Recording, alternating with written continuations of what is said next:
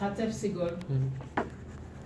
Le Elohim, Non. signifie Dieu. On est où, ça? Sur Page 15, 15, verset 1. verset 1. Oh, ok, Bara oui. Elohim. Et vous avez justement, vous avez le Ratef Patar sur les Elohim. Et c'est avec une gutturale. J'ai raison. Donc, Et Hashamaïm, donc dans le Shin, ce que vous avez, c'est un Dagesh forté, puisque ça fait pas partie des Bogat que fat lettres. Ici, c'est l'article. Quand on écrit un article devant un nom, on redouble la consonne. Vous savez maintenant. Donc, on a Hashamaïm, Vehet, Haharet, et là, on a ces deux points qu'on appelle Sof Pasouk. Ces deux points, ça s'appelle Sof Pasouk. Sof Pasouk. Vous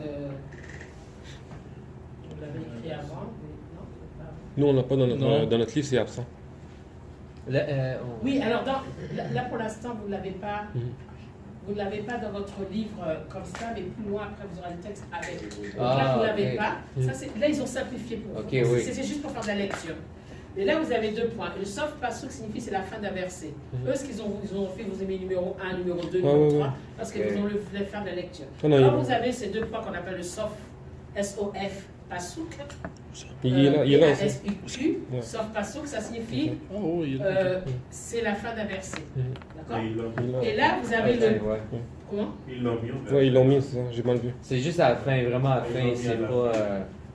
Verset 1. À la fin, complètement. Ah oui? Ils l'ont mis. Ah, RS. Mais moi, vous l'avez en plus. Qu'est-ce qu'il m'a dit qu'il ne l'avait pas? Moi, c'est moi, désolé. Parce que ça suffit C'est pas la juste- vie C'est pas dans le même ordre, Voilà. dans le même... les lignes. Par ligne, il n'y a pas le même montant. Et j'ai une question pour l'article. C'est Et le PC, oui. l'article, dans le fond, t'as dit que le. Ah le oui, hey. l'article ici, donc l'article A, c'est facile à reconnaître. Quand on ajoute un article à un mot, la première consonne va être dédoublée. Ok. Donc on va mettre un dagage forté. Automatiquement, ok. Automatiquement, sauf si c'est une gutturale. Je Ok. dis que les gutturales ne prennent pas de dagage forté. Ouais. Donc on va devoir faire quelque chose, puisque la gutturale ne prend pas de dagage forté. On va rallonger la voyelle ici. Ok. Donc avant d'avoir un patard, on va lui mettre une voyelle qui est un peu plus longue, on va le remplacer par ce qu'on appelle un cadence. Ok. Et ça, on verra ça après. Oui. Pourquoi ils n'ont pas mis peut-être un espace après l'article? Pourquoi il faut mettre un espace? Mais juste pour pas avoir l'article collé au mot. Pourquoi on ne peut pas avoir un article collé au mot? Je ne sais pas, juste on dirait. Il y a des langues, il y a des articles en allemand, en hongrois, il y a beaucoup de langues où tout est collé. En hongrois, il y a même l'adjectif, le verbe, le prénom, l'article, tout ça est collé. C'est la langue où il y a les mots les plus longs. Parce que on a des mots complètement différents. Donc on parle, et donc moi j'arrive bien, je savais parler longtemps, comment oublier que ça. Mais c'est très intéressant, c'est quand après je vais vous lire un journal, je dis c'est quoi ça? Parce qu'on le parle, on ne se rend pas compte que les mots sont rattachés. Ouais. Ils sont rattachés. Et quand je suis tombée sur un journal, je me suis dit, mais c'est quoi, j'arrive pas à lire. Ah, comme en allemand aussi. Un peu en allemand, c'est ce que je disais. Ouais. Donc, non, il ne faut pas avoir. C'est nous, François, on a décidé d'avoir l'article à part. Ok. Juste, j'ai juste C'est habitué. très intéressant parce qu'on regarde toujours de son point de vue, de là où on est. Et puis, c'est nous qui avons un problème d'avoir détaché l'article. On peut penser comme ça, on peut se dire, ah, ils sont intelligents, ils ont mis, ça c'est bien ça. Ils ont sauvé de la Mais place. c'est marrant parce qu'on regarde toujours de son point de vue. On dit que c'est les autres qui sont à l'envers. Puis... Non, mais c'est rattaché parce que ça fait une unité pour ça. Fait une unité. Et il n'y a pas d'article indéfini, il n'y a que l'article défini. L'article indéfini, ça n'existe pas. Si un mot n'a pas d'article, c'est qu'il est indéfini. Donc, je voulais marquer ça. Et puis là, ici, je voulais noter ça ici avec vous. Ça, c'est ce qu'on appelle ça un pessar. Ah, combien de versets il y a ici? Combien de versets vous voyez? Combien de versets? 1, 2, 3, 4.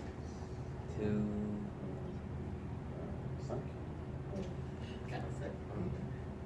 Qui dit 4? Moi, je dis 4. 4? Non, Qui dit 5? il y en a 5. 5, il y a personne qui dit Attends, là, faut que tu dises 1, faut que tu comptes le premier jusqu'aux 2 points. Peut-être 5. Ah, peut-être. Deux. Peut-être. Oui. Arrête, Quatre. peut-être. Quatre. 4. 5. Donc ici, on a 1. Un. On continue jusqu'à ce qu'on trouve Ici, les là, autres points. Deux. Là, 2. Oh, j'ai pas vu. Ah. On continue. Ah, les bras, il faut ouvrir les yeux là pour ça. On a 3 ici. On Un cinq. On a Quatre. un 4 là. Et le 5. Et puis le 5, qui se termine ici, 5. Donc, Et là, on a un signe qui s'appelle Pessar, signifie on. Pessar. Non, je vous dis là. Non, j'oublie le nom. C'est pas. Ça ressemble beaucoup, mais j'ai un peu. Mais c'est le signe qui signifie attention, on a. C'est une section est terminée. On termine une section. Donc pour les lecteurs, c'est bien pour dire, bah, tiens, on va arriver là. Ça en fait? Oui, c'est tapé, mais c'est ça. J'ai l'impression que c'est pas. J'ai dit comme ça, fait ça. C'est ce qui me vient à l'esprit. J'ai l'impression. Peut-être c'est ça, mais j'ai un petit doute. Je préfère le. Dans le doute, je pense. Mais ça se passe ça. C'est tout d'un coup, ça sorti. C'est comme un paragraphe qui finit. Voilà, un paragraphe terminé. P, paragraphe, et ça. Voilà, très bien, vous connaissez beaucoup de choses. J'aimerais que vous regardiez votre livre, parce que tout est dans le livre. J'aimerais. Oh là là.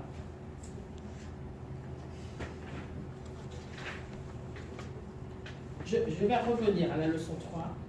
La leçon 3, il y a beaucoup de lectures, mais j'aimerais. Il y a une chose importante. Mais je vais revenir là-dessus, parce que je vais regarder, je veux voir la leçon 4 avec vous. Leçon 4. Et je vais retourner à la leçon 3, à la fin de la leçon. Et Leçon 4, fin de section. dans votre C'est juste livre. Donc là, à partir de votre livre. C'est quelle page? Est-ce que c'est bon pour tout le monde? Leçon 4, 25. 25. Ils sont 4 à faire, c'est ça? La leçon 4, j'aimerais faire ça avec vous. Ok. Et là, c'est donc la leçon 4. Je vais la faire. Je sens que c'est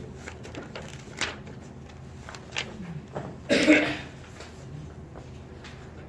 La semaine prochaine, vous aurez un test.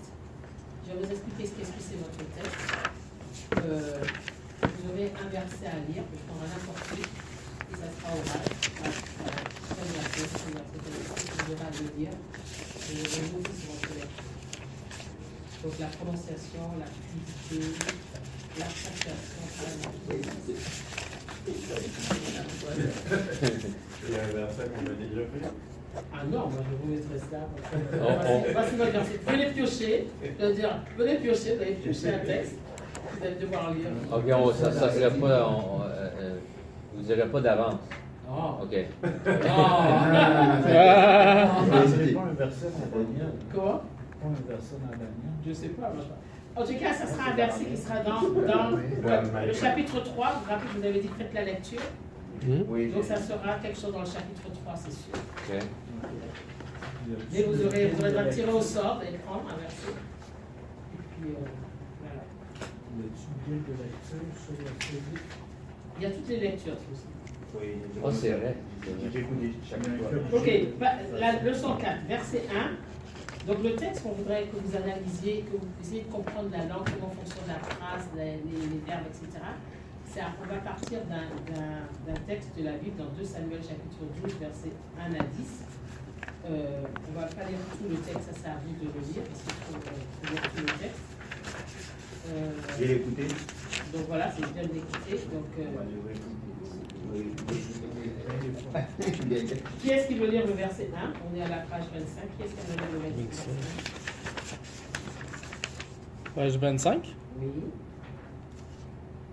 Ah, lui en haut, là? Le verset 1. Ok, va. Qui est-ce qui veut le lire? Va le lire. D'accord.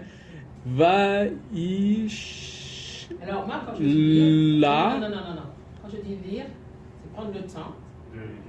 Prenez le temps, regardez-le et puis lisez-le. Ok. Donc là, pour l'instant, on est au déchiffrage. J'aimerais que... Vaishla. Ah. Non, je sais. Ok. Prenez le temps de le lire en entier, et puis après, dites-moi quand quelqu'un est prêt, ben, il le lit.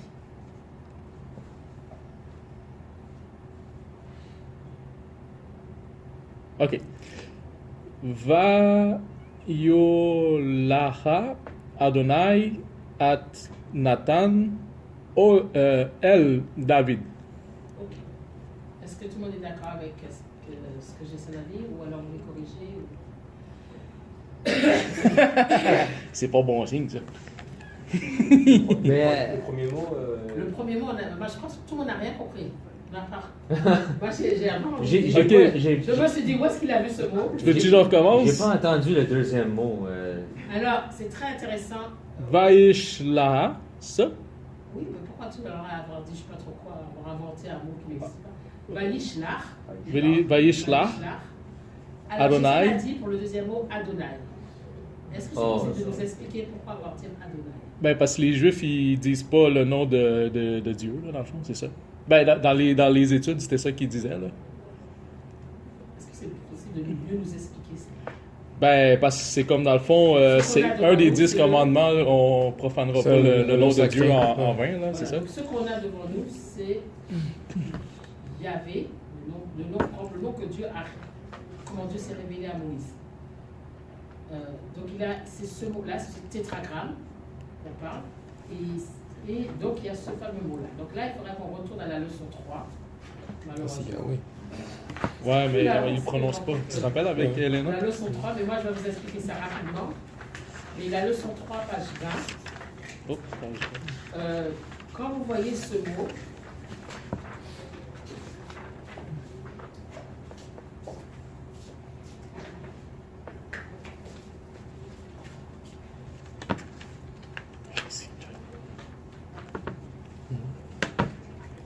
donc c'est le tétragramme avec lequel Dieu s'est révélé. Et lorsqu'on voyait ce nom-là, on ne prononçait pas Yahvé, on disait rien, on disait, bon, rappelez-vous qu'on n'écrivait pas de voyelles, hein, sachez ça, rappelez-vous ça aussi. Donc il y avait ces consonnes. On disait Adonai. Adonai signifie Seigneur en hébreu. Adonai, c'est Seigneur. Donc on disait simplement Adonai. Chaque fois qu'il y avait ce nom-là, on ne le prononçait pas, on disait simplement Seigneur Adonai. Est-ce que c'est parce qu'ils ne savaient pas, parce qu'ils avaient oublié comment le prononcer après une période de temps? Et c'est pour ça qu'ils ne voulaient pas le mal prononcer, non? Absolument pas. Okay.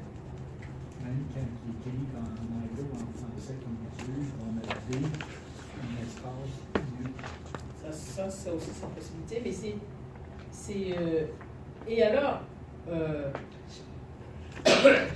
et si, donc il vous explique quelque chose, parfois on parle, les Juifs parfois ils disent simplement Shema, le nom. Ils vont dire le nom, Shema, le nom. Mais Ça veut dire si vous nous demandez de faire la lecture, on ne dit pas Yahvé. Ah non.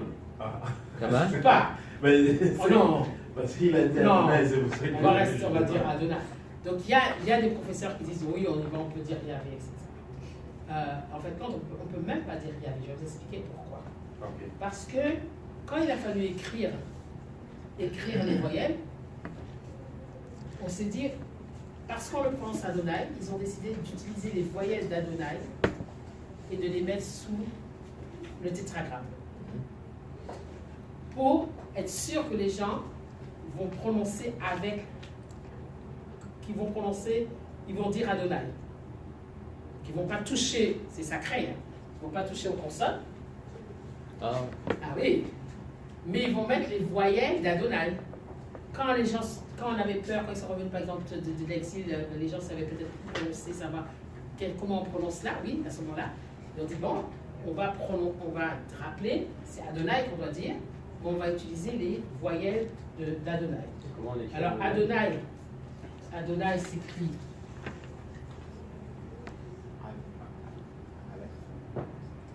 Donc, La chance, c'est un nombre de consonnes. Aleph va avoir notre fameux, parce que c'est une gutturale, Aleph, donc avoir notre Ratef Patar, le Ratef Patar, et puis on a le Olem, Ado, Nan.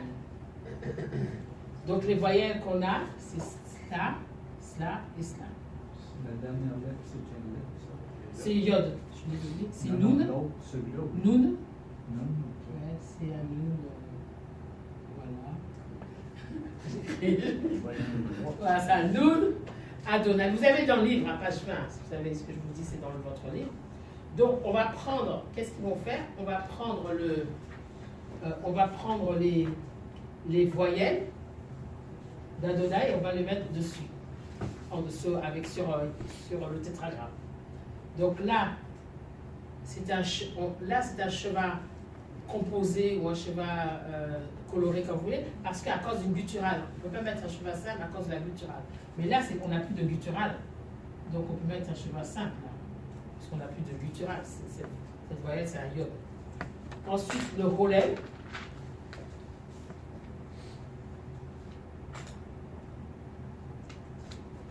Et le yo.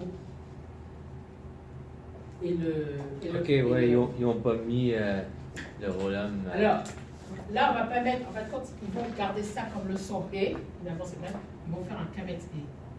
Ils vont garder le fameux ré, ça va devenir une voyelle historique. Donc on a un kamet ré. Pourquoi ils n'ont pas gardé quoi? Ils n'ont pas de olem. Pas dans le livre. Là, Ils n'ont pas mis au verset 1. si. Oui, il n'y a pas mis. Page 20, le, là, alors, comme au verset. page 20, le premier mot. Numéro 2. Ce que Jason disait. Hein. Ah, ils mettent juste un. Page 25. Un Sheva et un. Ben, page 20 aussi, il l'a en haut, là. En haut à gauche. Page 20 en haut à gauche. Parce que c'est la BHS. Ah oui, je vous explique ça. Il y a deux types de codex.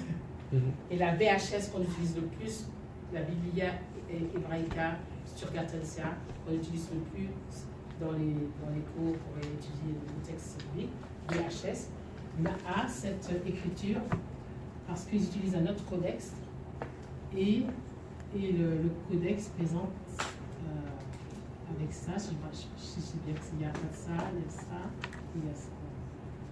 Donc, vous allez trouver, vous, dans le texte biblique que vous allez utiliser beaucoup, ça sera écrit comme ça. Il y a certains codex qui ont ça. Et là, on voit bien que ça vient de Adonai.